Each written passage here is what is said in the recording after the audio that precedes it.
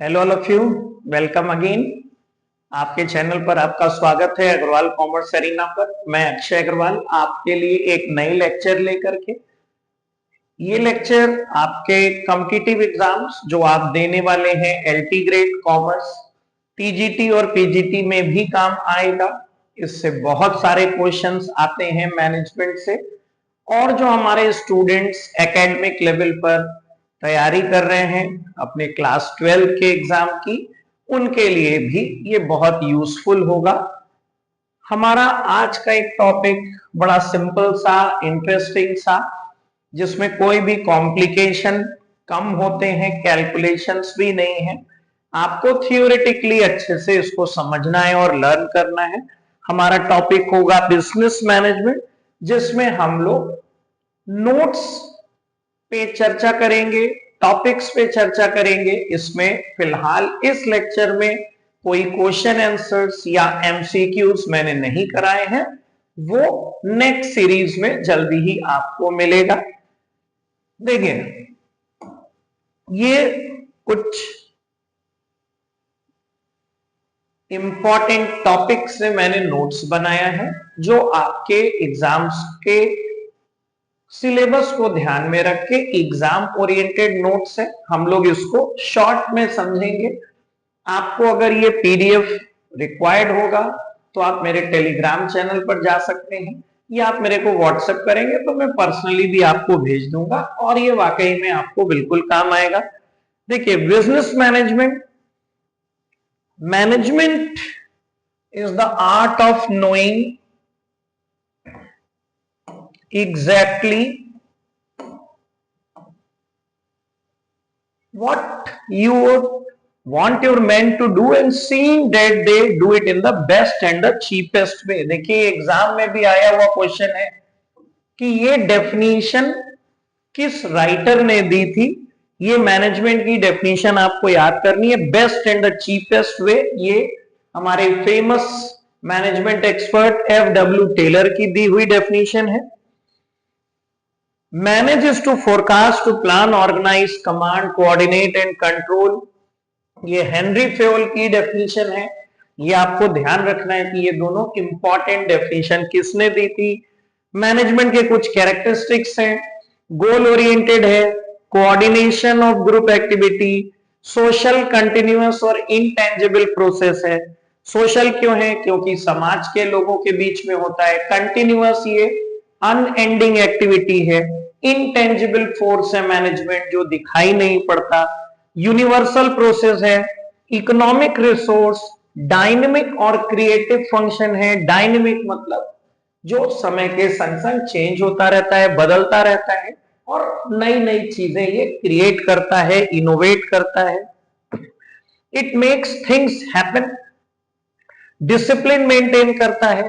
Science भी है, art भी है, कंप्लीट साइंस नहीं है। प्रोफेशन के रूप में भी मैनेजमेंट अब विकसित हो रहा है, हालांकि ये अभी पूर्ण रूप से, कंप्लीट रूप से मैनेजमेंट को प्रोफेशन का दर्जा नहीं मिला है। देखिए, अब कुछ और इंपॉर्टेंट डेफिनेशंस और इनके फंक्शंस।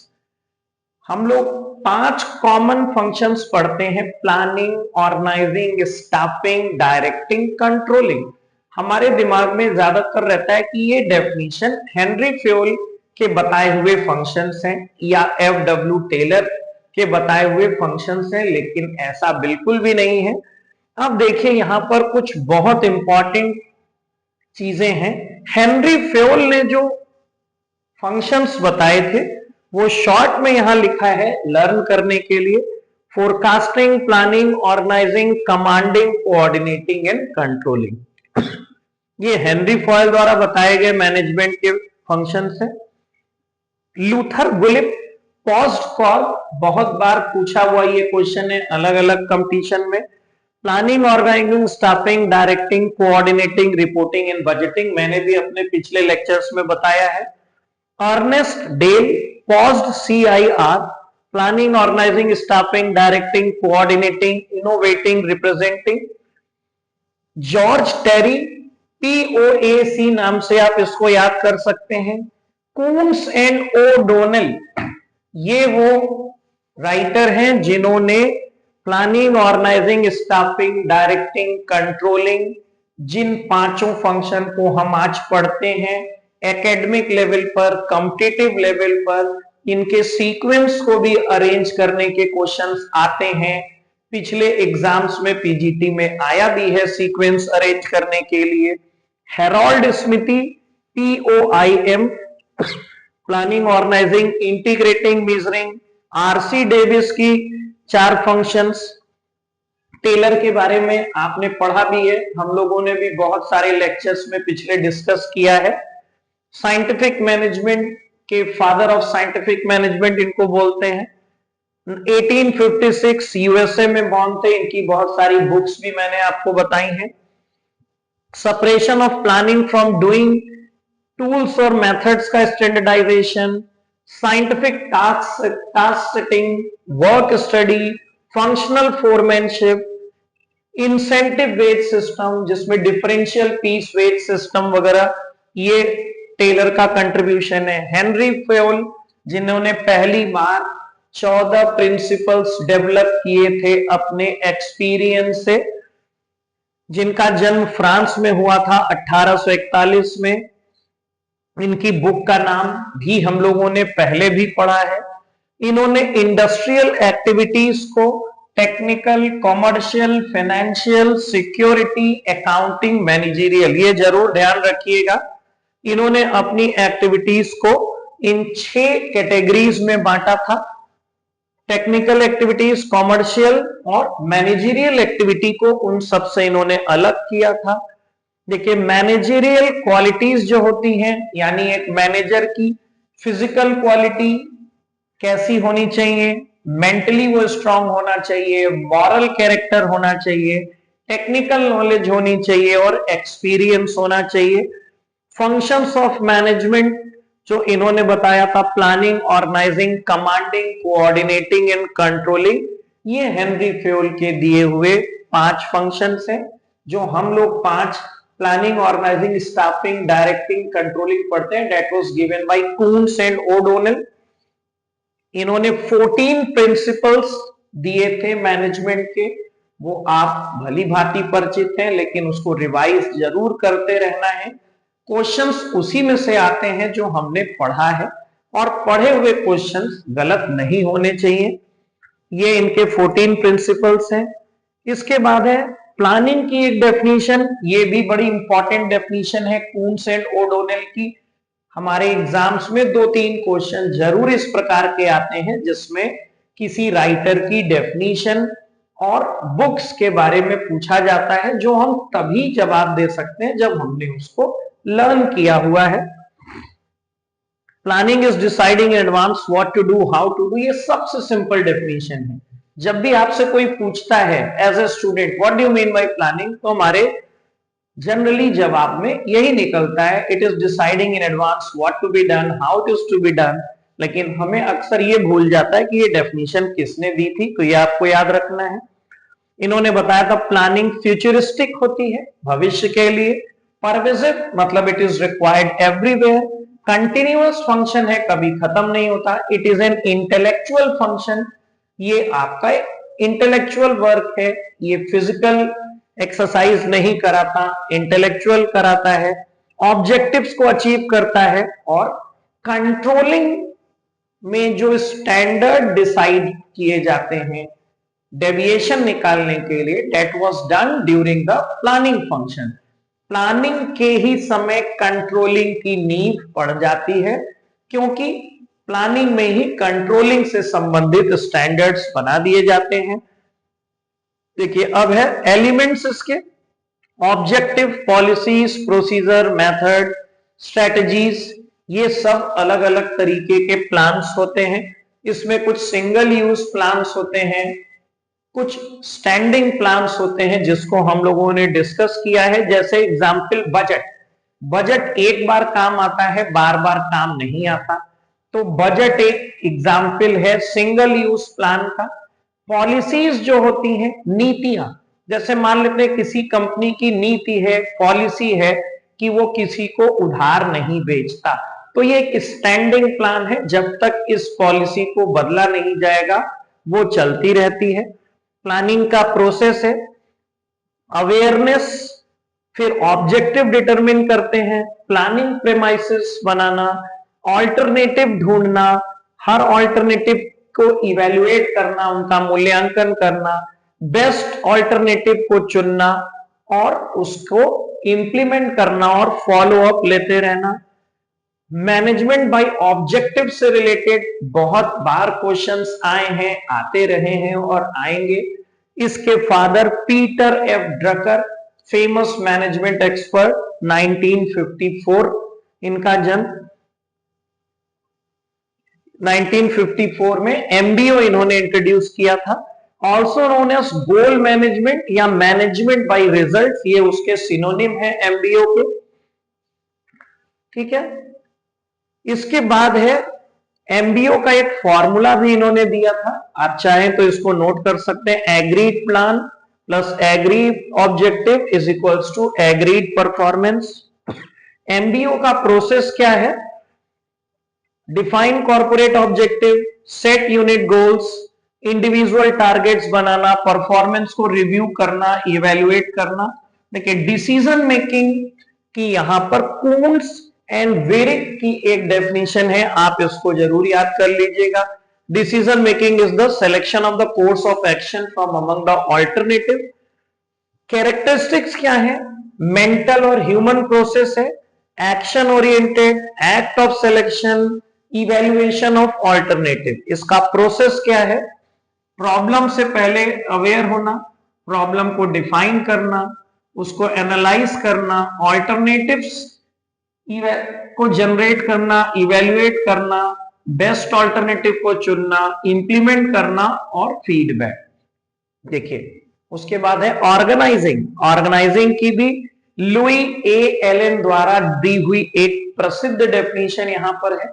जो भी इंपॉर्टेंट डेफिनेशंस है जो आई हुई है या आने की संभावना है, इनको आप जरूर नोट करते जाएंगे और इनको बराबर आप रिवाइज करते रहेंगे ताकि ये बिल्कुल दिमाग में बैठ जाए।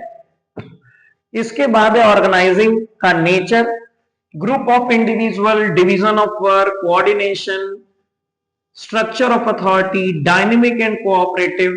प्रोसेस ऑफ ऑर्गेनाइजिंग, सबसे पहले ऑब्जेक्टिव्स डिसाइड होंगे एंटरप्राइजेस के, एक्टिविटीज को क्लासिफाई किया जाएगा, ग्रुप एक्टिविटीज दी जाएंगी, ड्यूटी असाइन होंगी, अथॉरिटी डिफाइन होगी, अथॉरिटी रिस्पॉन्सिबिलिटी रिलेशनशिप क्रिएट होगा। इसके बाद है, हमने कई बार पढ़ा है, सबसे सिंपल होता है लाइन ऑर्गेनाइजेशन, जो अथॉरिटी रिस्पॉन्सिबिलिटी एक सिंगल लाइन में फ्लो करती हैं। सबसे सिंपल है, ओल्डेस्ट है। देखिए इसको स्केलर या मिलिट्री ऑर्गेनाइजेशन भी बोलते हैं, कई बार आया हुआ क्वेश्चन है। टॉप से बॉटम क्लियर अथॉरिटी लाइन होती है, छोटे फर्म्स के लिए ये सबसे सुटेबल होता है। प्योर लाइन ऑर्गेनाइजेशन में सेम वर्क टाइप होता है और डिपार्टमेंटल लाइन होता है जिसमें अलग अलग फंक्शन के हिसाब से भी बेस्ड होता है। फंक्शनल ऑर्गेनाइजेशन जिसको एफ.डब्ल्यू. टेलर ने क्रिएट किया था, ये स्पेशलाइजेशन पर बेस्ड है, एक्सपर्ट एडवाइस इसमें होती है, gang boss, speed boss, repair boss, inspector, इन सब के बारे में हमने आपके प्रीवियस लेक्चर्स में बहुत डिटेल में बताया है। लाइन एंड स्टाफ ऑर्गेनाइजेशन वो होता है जिसमें लाइन अथॉरिटी के संग साइड में कुछ एक्सपर्ट एडवाइजर्स होते हैं जिनको स्टाफ बोला जाता है। लाइन एंड स्टाफ में decision making authority line authority ही होती है, स्टाफ फंक्शन खाली एडवाइस करता है, वो आमतौर पे डिसीजन नहीं लेता। फिर है responsibility flows bottom to top. फिर है committee organisation, group of people for special business complementary to line and staff. Project organisation जैसे डैम, ब्रिज, टेम्परेरी होता है, ये किसी एक प्रोजेक्ट के लिए। मैट्रिक्स ऑर्गेनाइजेशन फंक्शनल और प्रोजेक्ट का कॉम्बिनेशन होता है, ये आपको ध्यान रखना है। क्वेश्चन अगर आता है मैट्रिक्स ऑर्गेनाइजेशन कौन से दो प्रकार के ऑर्गेनाइजेशन का मिक्सचर है? तो है फंक्शनल और प्रोजेक्ट का। इसमें डुअल अथॉरिटी होती है, वर्टिकल और हॉरिजॉन्टल। देखिए डेलीगेशन ऑफ अथॉरिटी, ये भी प्रश्न आया हुआ है। इसमें से किसको डेलीगेट कर सकते हैं, किसको नहीं कर सकते हैं, आपको ध्यान रखना है। Authority and responsibility can be delegated, accountability can never be delegated. Responsibility आप पूरी तो डेलीगेट नहीं करते, लेकिन रिस्पॉन्सिबिलिटी डेलीगेट की जा सकती है। अकाउंटेबिलिटी यानी जवाबदेही, आंसरेबिलिटी, इसको कभी भी लोअर लेवल पर डेलीगेट नहीं किया जा सकता है। इसका प्रोसेस क्या है? सब डिवाइड वर्क, ड्यूटी देना, अथॉरिटी देना और ऑब्लिगेशन क्रिएट करना। इसके प्रिंसिपल्स क्या है? यूनिटी ऑफ कमांड होता है, scalar chain, guidance and assistance और इफेक्टिव कम्युनिकेशन। देखिए स्पैन ऑफ मैनेजमेंट को स्पैन ऑफ कंट्रोल भी बोलते हैं, आप ध्यान रखिएगा। Span of management is also known as span of control. एक सुपीरियर के अंडर में डायरेक्ट कितने सबऑर्डिनेट्स काम कर रहे हैं, इसको स्पैन ऑफ कंट्रोल बोलते हैं। जितने बड़ा स्पैन ऑफ कंट्रोल होगा, मतलब उतने ज्यादा लोग एक सुपीरियर के अंडर में काम कर रहे हैं। स्पैन ऑफ कंट्रोल बड़ा होने से या स्पैन ऑफ मैनेजमेंट बड़ा होने से हमारे ऑर्गेनाइजेशन में जो लेवल्स होते हैं वो कम हो जाते हैं, कम नंबर ऑफ लेवल्स होते हैं, क्योंकि एक व्यक्ति ज्यादा लोगों को संभाल रहा है। इसमें सर इयान हैमिल्टन ने बताया था, इसका कोई स्टैंडर्ड वैल्यू नहीं है कि कितने लोग होने चाहिए। किसी ने 7 से 8 बताया था, किसी ने 3 से 6 बताया था, कुछ लोगों ने, ग्रेकुनस ने फॉर्मूला भी दिया था इसको डिराइव करने का। इसके बाद है, देखिए यहां पर रिवीजन को लेके हेनरी फ्योल द्वारा दिए गए प्रिंसिपल्स, लूथर गुलिक के functions of management, George Terry, Harold Smith, ये सब आपने ऊपर पढ़ा था। अब आते हैं स्टाफिंग पे। Putting the right people at the right job, identifying, assessing, placing, evaluating and directing individuals ensures right people to the right work. अगर क्वेश्चन आता है which function ensures right person to the right job. Effective communication coordination में मदद करता है, managers को develop करता है, स्मूथ डिस्पर्सल, इसमें सबसे पहले मैन पावर प्लानिंग होती है, किस प्रकार के लोगों की जरूरत है, कितनी जरूरत है। फिर रिक्रूटमेंट एक पॉजिटिव प्रोसेस बोला जाता है, जिसमें आप ढूंढते हैं कि ज्यादा से ज्यादा लोग आपके ऑर्गेनाइजेशन की पोजीशन के लिए अप्लाई करें। फिर उसमें से सिलेक्शन होता है। सिलेक्शन में रिक्रूटमेंट में अप्लाई किए हुए लोगों में से सुटेबल लोगों को छांटा जाता है। ये एक निगेटिव प्रोसेस होता है, क्योंकि इसमें लोगों को रिमूव किया जाता है अलग अलग स्टेप पर। उसके बाद है प्लेसमेंट, लोगों को काम दिया जाता है। इंडक्शन मतलब ऑर्गेनाइजेशन से, वर्क से, कलीग से परिचय कराना। फिर ट्रेनिंग होती है, परफॉर्मेंस अप्रेजल, उनकी परफॉर्मेंस का मूल्यांकन होता है, जिसके बेसिस पर प्रमोशन, डिमोशन, ट्रांसफर, सैलरी बढ़ाना, ये सब डिसीजन लिया जाता है।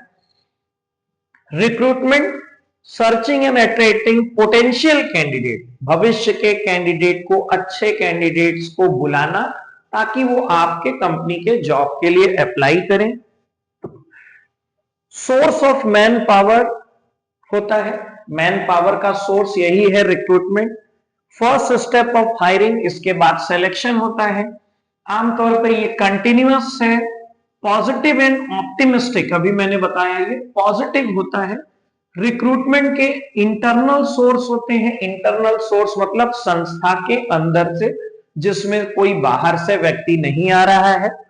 प्रमोशन से, ट्रांसफर से, या पुराने एम्प्लॉयज को बुला लेना, रिफरल से लोगों को बुलाना, पुरानी एप्लीकेशंस जो पड़ी हैं डिमोशन करना, आमतौर पे सीवियर स्टेप होता है, लेकिन किया जा सकता है। एक्सटर्नल सोर्स, जिसमें बाहर से यंग टैलेंट आते हैं, नए लोग आते हैं। एम्प्लॉयमेंट एक्सचेंज से आप ले सकते हैं, एडवर्टाइजमेंट निकाल सकते हैं अलग अलग न्यूज़पेपर में, मैगजीन में। कैंपस रिक्रूटमेंट आज के समय में या काफी समय से सबसे पॉपुलर एक्सटर्नल रिक्रूटमेंट का एक सोर्स है।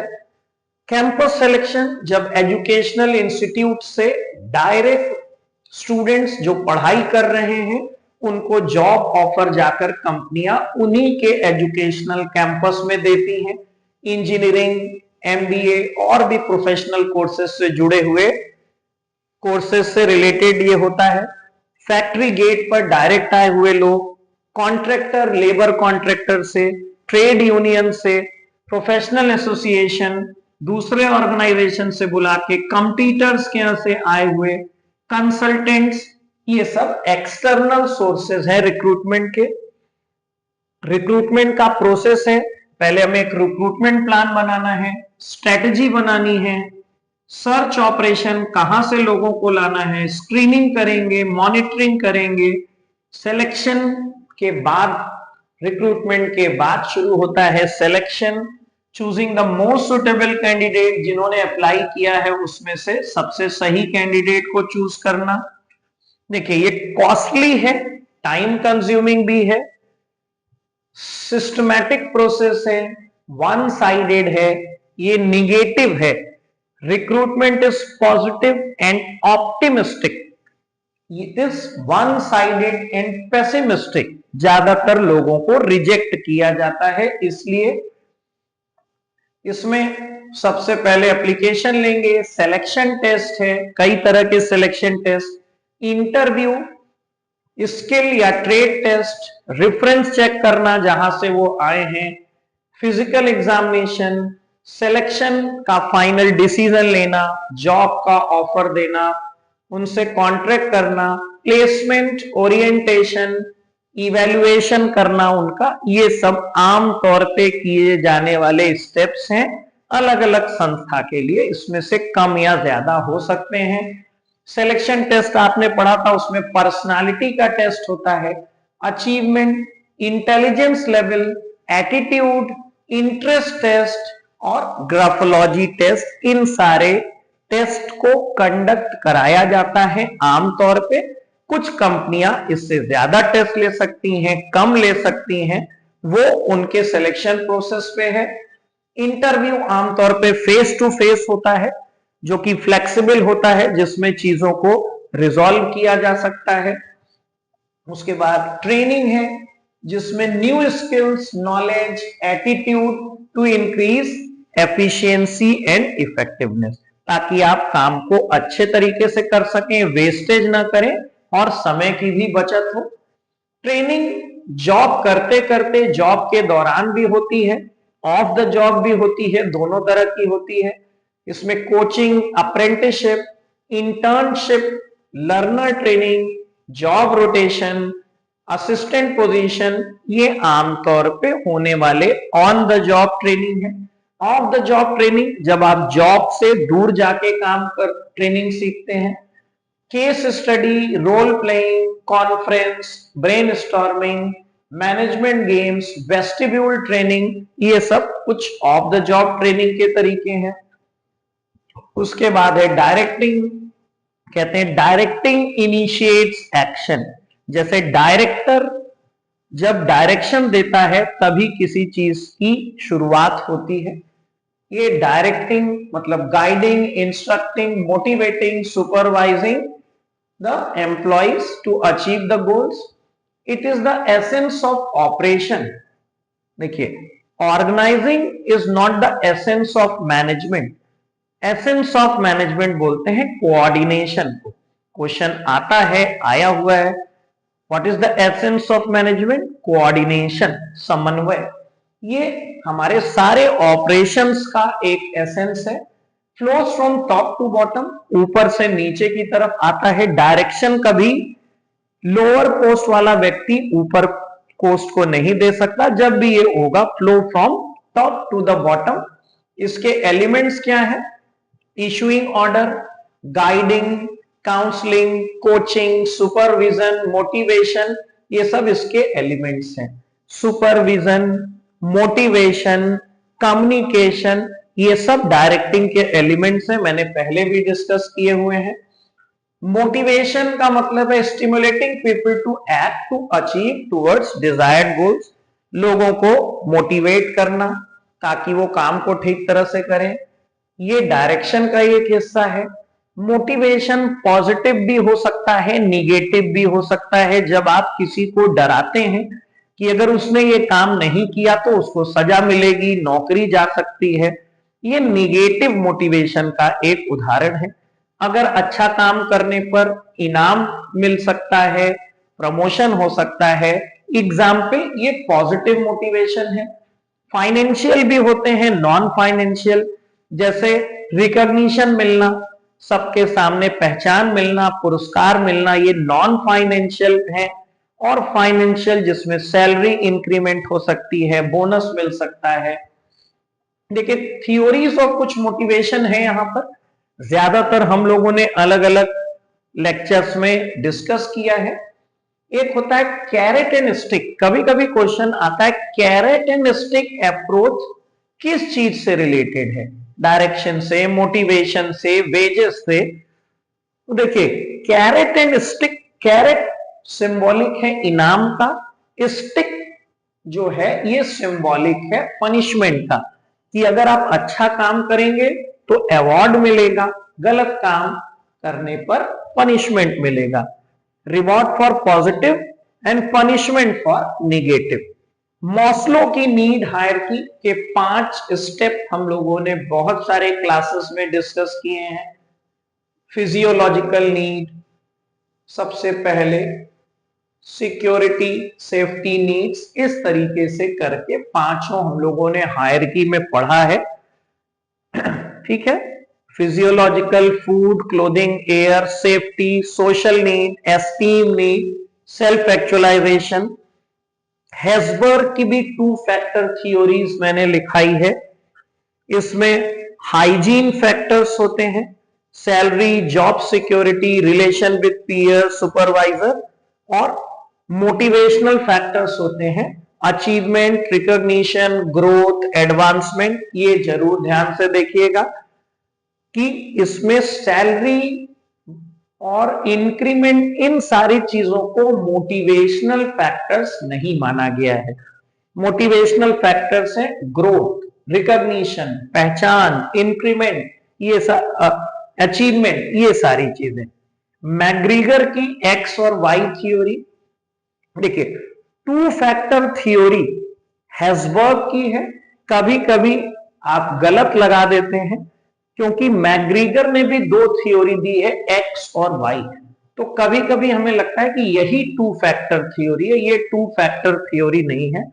एक्स थ्योरी एक निगेटिव मोटिवेशन की थ्योरी थी, जिसमें इन्होंने माना था कि कोई भी नेचुरली अपने से वर्क नहीं करना चाहता, बिना पनिशमेंट के, बिना उनको बोले हुए वो काम नहीं करते हैं। ये पीपल डिसलाइक वर्क, रिस्पॉन्सिबिलिटी नहीं लेना चाहते, हमेशा उनको डायरेक्शन की जरूरत होती है, पेसिमिस्टिक थी। थ्योरी वाई पूरी तरह से इसकी रिवर्स थी, लोग काम करना चाहते हैं, रिस्पॉन्सिबिलिटी लेना चाहते हैं, गोल ओरिएंटेड होते हैं, ये पॉजिटिव अप्रोच थी। थ्योरी जेड विलियम आउची की, यूएसए और जापान से जुड़ी हुई, long term employment, decision making by cooperation, joint responsibility, slow evaluation, ये सब इसके फीचर्स हैं। एक्सपेक्टेंसी थ्योरी, विक्टर रूम की एक्सपेक्टेंसी थ्योरी मैंने आपको बताई है, ये इसका फॉर्मूला है, motivation is equals to expectancy into instrumentality into valence. McClelland's need theory, ये आप देख लीजिएगा, नीड थ्योरी मैकलेंड्स की, need for power, need for achievement, need for affiliation. Porter and Lawler model, effort, performance, reward, satisfaction, ये आप देखें। Equity theory, Stacy Adams, people compare output input ratio of their efforts with other। ERG theory, Clayton Alderfer की, इसमें existence, relatedness और growth, ये full form है तीनों का ERG का। फिर है leadership. Leadership is the art of influencing and guiding subordinates to achieve goal. देखिए इस तरह से कई बार क्वेश्चंस आ रहे हैं। Dash is the art of influencing and guiding subordinates. अब उसमें ऑप्शन आ जाएगा डायरेक्शन, मोटिवेशन, लीडरशिप, तो कंफ्यूजन होता है। इसीलिए आप अगर डेफिनेशन पढ़े रहेंगे तो आपको ये कंफ्यूजन नहीं होगा। Leadership is the art of influencing, guiding subordinates to achieve goal. Types of leader. Types of leader कई क्लासेस में मैंने डिस्कस किया है। ऑटोक्रेटिक लीडर, जो अपने मन से ही काम करते हैं, ज्यादा किसी से सलाह नहीं लेते। डेमोक्रेटिक लीडर, जो लोकतांत्रिक तरीके से सबसे पूछ के समझ के काम करता है। पॉजिटिव और निगेटिव दोनों तरह के अप्रोचेस होते हैं। प्रोडक्शन ओरिएंटेड, एम्प्लॉयमेंट ओरिएंटेड भी लीडरशिप होती है, और भी कई तरह की लीडरशिप हम लोगों ने डिस्कस की है। Controlling is the process of checking whether the current performance against predetermined standard। Controlling में ये चेक किया जाता है कि हमने प्लानिंग के दौरान जो स्टैंडर्ड बनाए हैं, क्या वो स्टैंडर्ड के हिसाब से काम हो रहा है। इसमें फीचर्स हैं, कंटिन्यूअस है, यूनिवर्सल है। Action is the essence of control, control is a means not an and. Control एक जरिया है, कंट्रोल एंड नहीं है। हमें कंट्रोलिंग को अचीव नहीं करना है, अचीव करना है ऑब्जेक्टिव को, उसका एक जरिया है। ये एक पॉजिटिव फोर्स है और फॉरवर्ड लुकिंग है। सबसे पहले स्टैंडर्ड्स बनाए जाते हैं, लेकिन स्टैंडर्ड्स प्लानिंग के ही दौरान बना लिए जाते हैं। फिर हमारा एक्चुअल परफॉर्मेंस को मेजर किया जाता है, उसके बाद उसको कंपेयर करते हैं स्टैंडर्ड से। अगर कोई डेविएशन है तो वो फाइंड आउट करते हैं और करेक्टिव एक्शंस लेते हैं। टेक्निक्स ऑफ कंट्रोल हैं कई, budgetary control, income and expenditure, time, space, material, production, ये सब कंट्रोल के तरीके हैं। Cash budget, capital expenditure, variable budget, zero based budgeting. Non budgetary control है statistical data, personal observation, break even point, special reports, internal audit. कुछ modern techniques भी हैं, आप फुल फॉर्म याद कर लीजिएगा।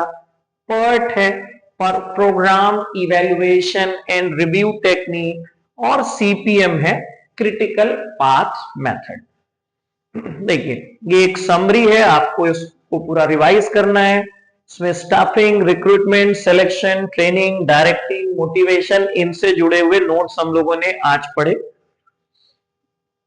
हमारे अब जितने भी पेपर्स हो रहे हैं और जो होंगे, खास करके टीचिंग एग्जाम से related, LT grade, TGT, PGT, उसमें एनालिटिकल क्वेश्चंस अब ज्यादा आ रहे हैं और आएंगे।